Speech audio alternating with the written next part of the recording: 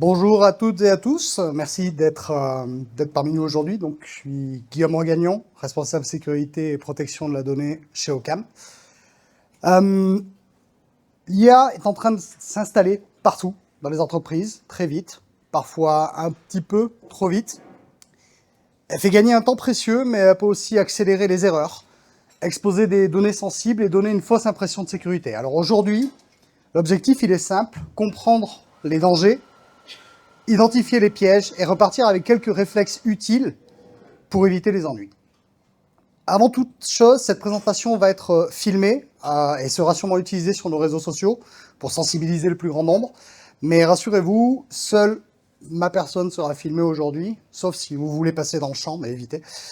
Donc voilà, après cette introduction bien trop longue, entrons dans le vif du sujet. C'est quoi le problème? Merci pour cette question. Alors, on sait qu'aujourd'hui, on a 70% des employés en Suisse qui utilisent l'IA au quotidien, avec ou sans autorisation de leur management. Et si on passe sur les moins de 25 ans, ce chiffre monte jusqu'à 80%. Alors, beaucoup d'utilisateurs vont saisir des données sensibles sans s'en rendre compte. Tout d'un coup, on va passer un CV pour faire un recrutement, mettre un contrat, mettre des données RH pour faire des statistiques, un email, des notes de réunion. Une erreur classique, aujourd'hui, enfin, historiquement, ça peut toucher une seule personne, un dossier, un client, une erreur automatisée, industrialisée par de l'IA, ça peut toucher 1000 personnes avant même d'avoir le temps de se faire couler un café. Et là, nécessairement, on entre dans le terrain de la loi sur la protection des données suisses, parce qu'en Suisse, dès qu'il y a un traitement de données personnelles, y compris via une IA, la loi s'applique. Une autre problématique, c'est que le ton sûr de l'IA masque souvent ses limites. Elle peut se tromper, inventer, simplifier, avoir des phénomènes d'hallucination et reproduire des biais avec beaucoup d'assurance. La problématique, c'est que les gens prennent ça pour argent comptant et du coup ne vont pas remettre en question parfois que les réponses qu'une IA va pouvoir leur donner. Et le plus dangereux dans tout ça, c'est vraiment l'illusion de fiabilité. Elle va pouvoir répondre 8 fois parfaitement, donner une réponse qui est juste, et à la 9e fois se tromper, mais avec exactement le même ton, et du coup, les personnes ne vont pas remettre en question la réponse qu'il aurait apportée. Donc la vraie question, c'est pas... Oh, pardon. On revient là, merci. La vraie question, c'est pas est-ce qu'il faut utiliser l'IA? Aujourd'hui, la vraie question, c'est comment l'utiliser sans se mettre en faute, en respectant la loi, sans se faire piéger et sans exposer ses clients ou son entreprise. Alors, avant toute chose, il faut comprendre un petit peu l'état de la loi aujourd'hui en Suisse et ce qu'en dit le Conseil fédéral notamment. Plusieurs choses. Aujourd'hui, il n'y a pas de loi suisse générale sur l'IA. Il y a juste des préconisations, c'est-à-dire que c'est encore en discussion. Contrairement à l'Europe qui s'est dotée déjà d'un IA Act, donc qui leur permet effectivement de cadrer tous les usages, en Suisse aujourd'hui, il n'y a que la LPD qui fait foi, la loi sur la protection des données, qui régit tout ce qui va être traitement de données autour des données personnelles et sensibles. Donc il est clair qu'à partir du moment où vous allez utiliser des données personnelles, des données sensibles, des données confidentielles, la LPD va s'appliquer. Donc comme pour n'importe quel autre traitement que vous feriez dans votre quotidien, l'IA entre dans ce cadre-là. Si demain vous utilisez des données personnelles de personnes qui vous ont confié leurs données, vous ne pouvez pas utiliser de l'IA sans avoir eu au préalable leur consentement et sans effectivement qu'un responsable de la protection des données ait donné son aval en amont pour pouvoir utiliser ces données dans une IA. Et c'est extrêmement important parce que là, on rentre dans un monde où effectivement, au niveau légal, on peut avoir de sérieux problèmes. On est en train d'utiliser des données pour lesquelles on ne nous a pas donné forcément le consentement dans un cadre qui est illégal. Donc c'est très important de respecter la LPD dans tous vos usages autour de l'intelligence artificielle. Aujourd'hui, on sait qu'il y a une loi, ou en tout cas un cadre qui est en préparation au niveau de la Confédération. Son objectif sera essentiellement de protéger l'innovation, parce qu'il ne veut pas non plus être un frein, les droits fondamentaux des personnes et la confiance dans les nouvelles technologies. Et on va le voir avec plusieurs exemples qu'il est très facile de se mettre dans l'illégalité au niveau de la loi sur la protection des données. Alors, un premier exemple, qui est, je pense, l'usage le plus simple et le plus standard qu'on a tous rencontré, c'est quelqu'un qui va mettre dans une IA un fichier, un email, une donnée personnelle, un PV de réunion, et qui ne se pose pas la question de est-ce que j'ai le droit ou pas de le faire. Alors, qu'est-ce qui se passe à ce moment-là? La donnée, elle sort du périmètre habituel de l'entreprise. Elle va partir chez un prestataire externe qui est très souvent à l'étranger. Il ne faut pas se leurrer, la plupart des gros acteurs ont essentiellement leur serveur aux États-Unis aujourd'hui. Et sans que l'utilisateur sache exactement où part cette donnée, comment elle va être conservée et si un jour elle va pouvoir ressortir ou pas. On est en totale violation de la loi sur la protection des données suisses.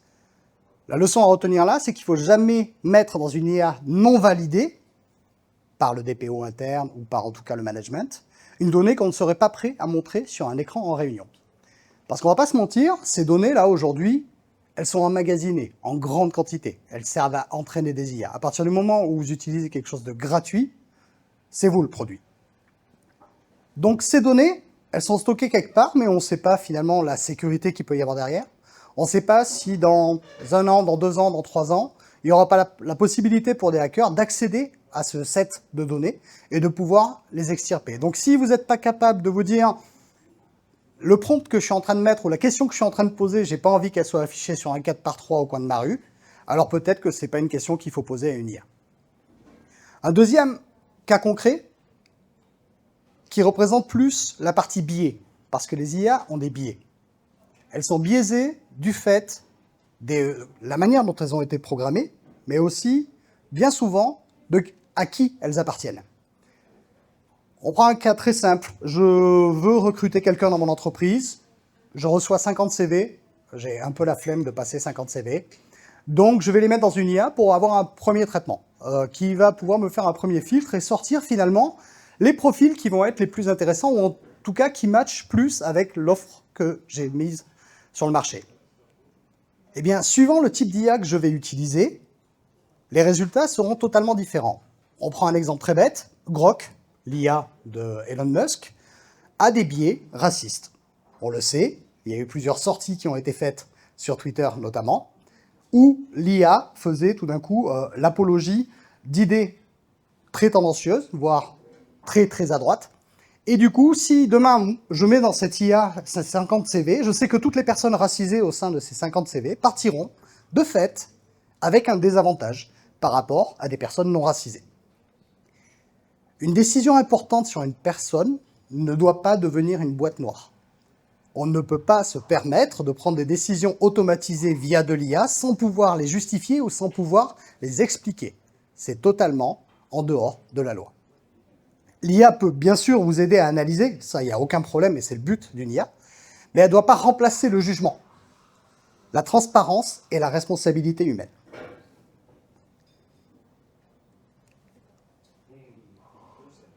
Troisième exemple qui est très très utilisé aussi, tout ce qui va être procès-verbaux de réunion.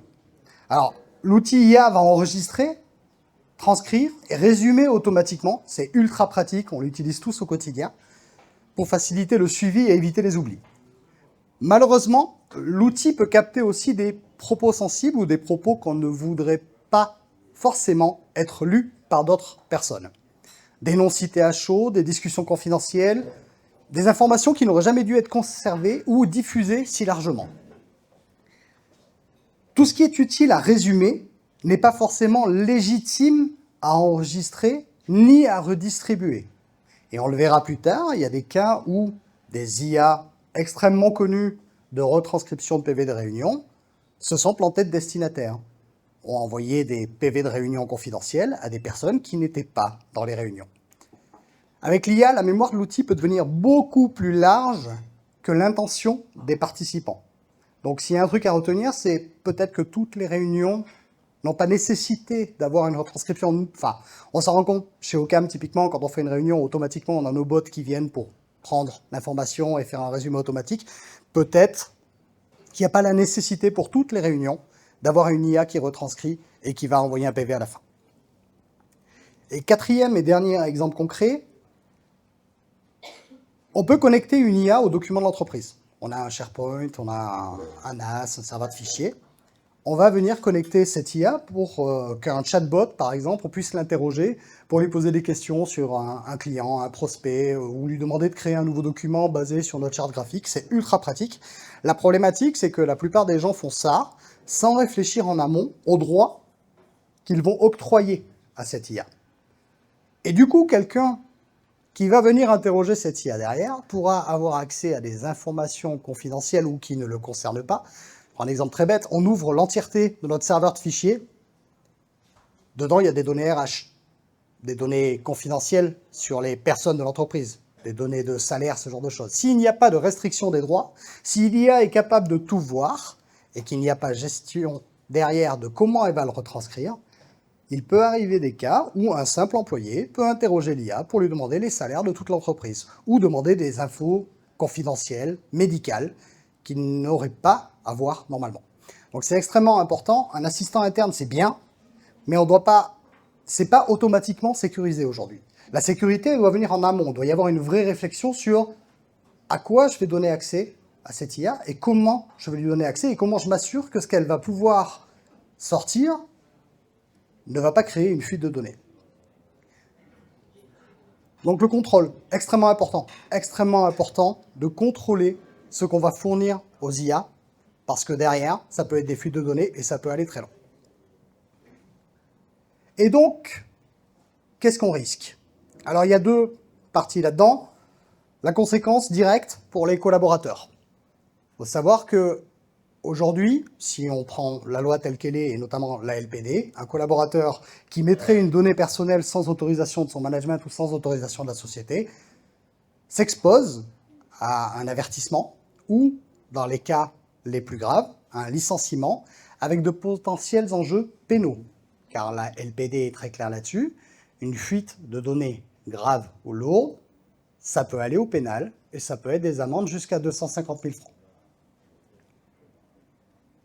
Pour l'entreprise, les conséquences aussi sont très graves. Juridiques, tout d'abord, parce que quand on vous confie des données personnelles, vous en devenez responsable pour tout son cycle de vie. De ce fait, si demain on vous les vole ou si malencontreusement vous les mettez dans une IA et que malencontreusement ça ressort plus loin, vous serez tenu responsable de cette fuite de données et vous devrez aller expliquer au préposé fédéral à la protection des données et à la transparence pourquoi un de vos employés a mis des données personnelles de clients, prospects, dans une IA. Le deuxième, il est financier, comme je le disais juste avant, c'est des amendes jusqu'à 250 000 francs en cas de manquement grave. Le troisième, il est forcément opérationnel. Se rendre compte qu'on a utilisé la mauvaise IA ou qu'en tout cas, on n'a pas mis tous les garde-fous en amont, ça peut paralyser à un moment donné des endroits dans l'entreprise où on utilise cette IA. Des retards sur les projets, des gels, des revues en urgence de tout ce qui va être accès aussi, le nettoyage des flux de données, parce que tout d'un coup on se rend compte que nos données se retrouvent sur des serveurs aux États-Unis alors que c'est totalement interdit parce qu'on n'a pas de conditions contractuelles qui nous permettent de le faire, et donc surcharge des équipes IT et de sécurité. Et le dernier, qui est finalement peut-être celui qui peut faire le plus mal, il est réputationnel. Si demain vous subissez une fuite de données au niveau de votre entreprise, parce que vous n'avez pas fait ce qu'il fallait en amont, en termes de sécurité, en termes de réflexion, en termes de recul, ça peut être dramatique en termes d'image de marque, parce que un de vos employés prend un listing client, il y a 100 noms dedans, il le met dans une IA, on se rend compte que ça a été fait, vous devez contacter chacune des 100 personnes, une à une, pour leur expliquer ce qui est arrivé.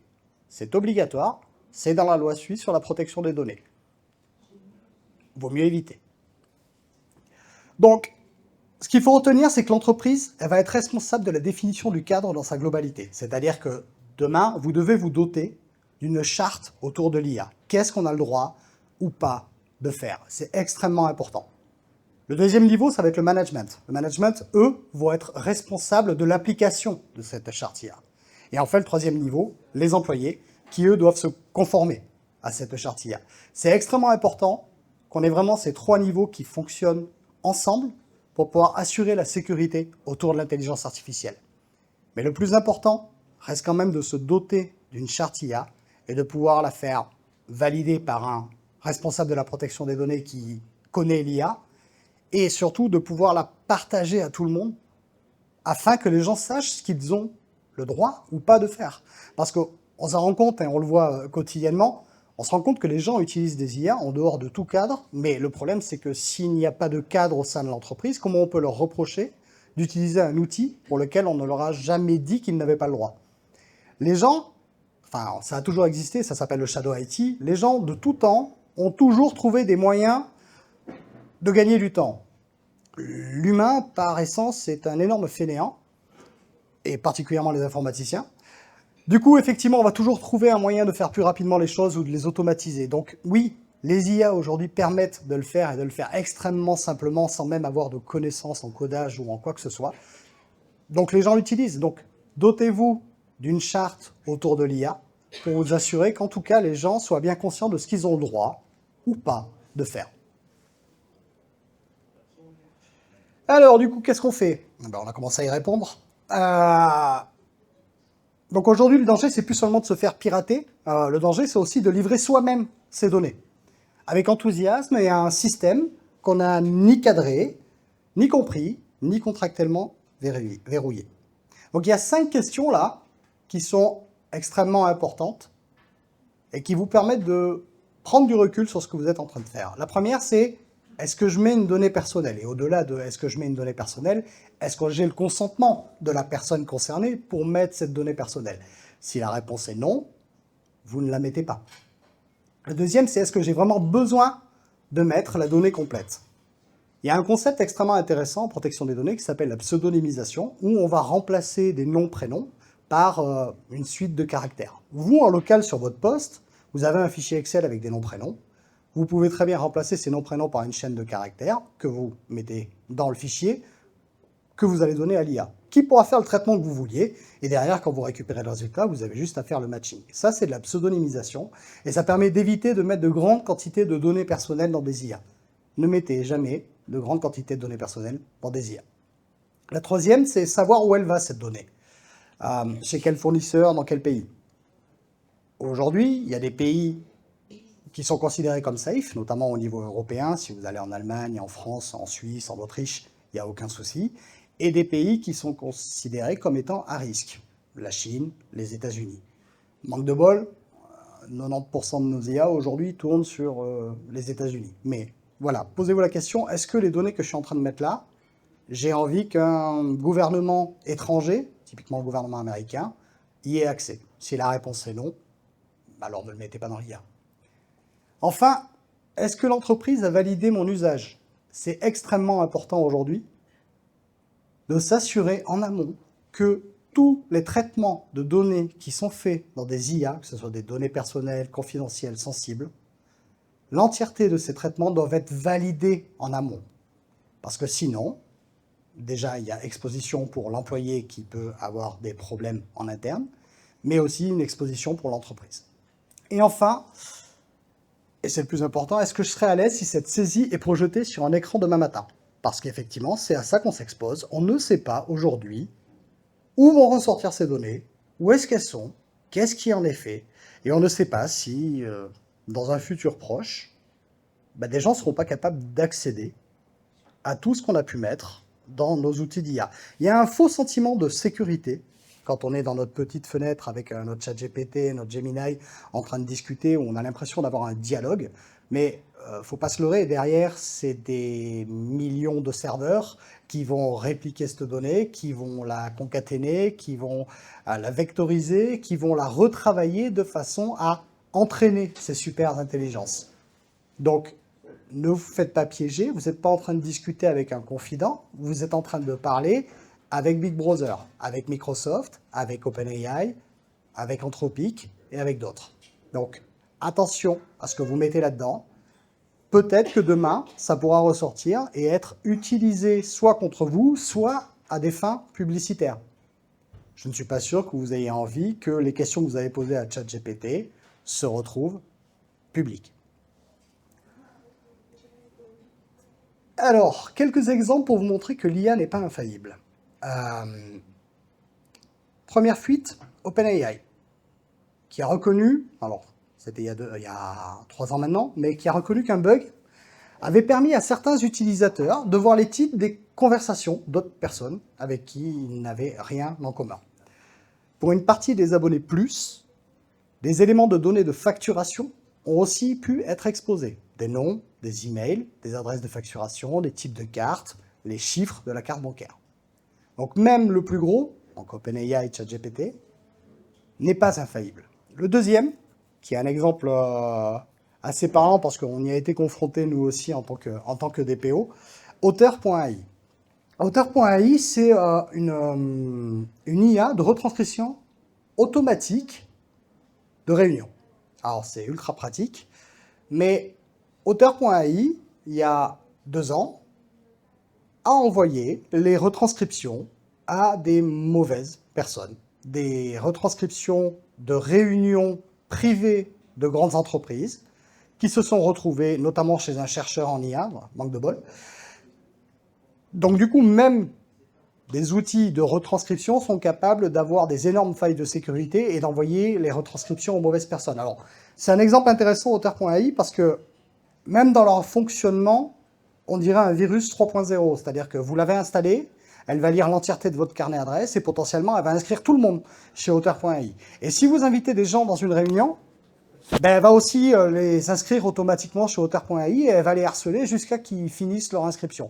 On est sur un virus. Si vous utilisez Auteur.ai, il y a d'autres solutions, on peut vous en présenter, il n'y a pas de souci, mais arrêtez de l'utiliser, il n'y a rien de pire. Troisième exemple qui date de la semaine dernière, Meta, donc la maison mère de Facebook, Instagram, WhatsApp, a décidé de mettre un chatbot en interne qui était connecté aux données de l'entreprise. Pendant 2 heures, le chatbot s'est mis à donner des informations confidentielles que seul le haut management avait à toute personne qui l'interrogeait, de son propre chef. Il a décidé qu'il allait donner des informations à tout le monde. Ça a duré 2 heures, ils ont coupé l'IA derrière, mais voilà, on voit les limites de ce genre de technologie. Ça reste des programmes informatiques, avec leurs failles, avec leurs hacks possibles, avec leurs problèmes de conception. Ce n'est pas parce que c'est intelligent que ça a été fait intelligemment, nécessairement derrière, ou de manière sécurisée. Ne prenez pas de risque avec l'IA. Et le dernier exemple, c'est Copilot. Alors là, c'est marrant, j'ai fait juste une recherche Google avec Copilot hack. Et déjà, les 4 premiers résultats, c'était 4 résultats différents, donc c'était intéressant. Il faut savoir que Copilot, au mois de décembre, ils ont patché une faille de sécurité où il suffisait d'envoyer un mail avec un lien, donc un phishing standard, et si la personne cliquait sur le lien, il n'y avait pas besoin de s'authentifier ou quoi que ce soit. Si la personne cliquait sur le lien, l'attaquant qui envoyait l'email pouvait lire la totalité des conversations, enfin des prompts de conversation que les gens avaient fait et la totalité des fichiers qui avaient été consultés par cette personne, avec un simple lien. Aujourd'hui, on a encore des gens qui rentrent leur login mot de passe quand on leur envoie un lien. Alors imaginez, juste cliquer sur un lien, ça donne accès à tous vos prompts à une personne qui voudrait attaquer. Alors, pour en terminer, donc l'intelligence artificielle, c'est un formidable levier pour l'entreprise. Vraiment, en termes d'automatisation, d'orchestration, de tâches rébarbatives, etc., c'est incroyable. Mais sans garde-fou, elle peut aussi devenir une source d'erreurs, de fuites et de mauvaises décisions. L'enjeu n'est donc pas de refuser l'IA, mais de l'utiliser de manière responsable, maîtrisée et conforme. Je vous remercie.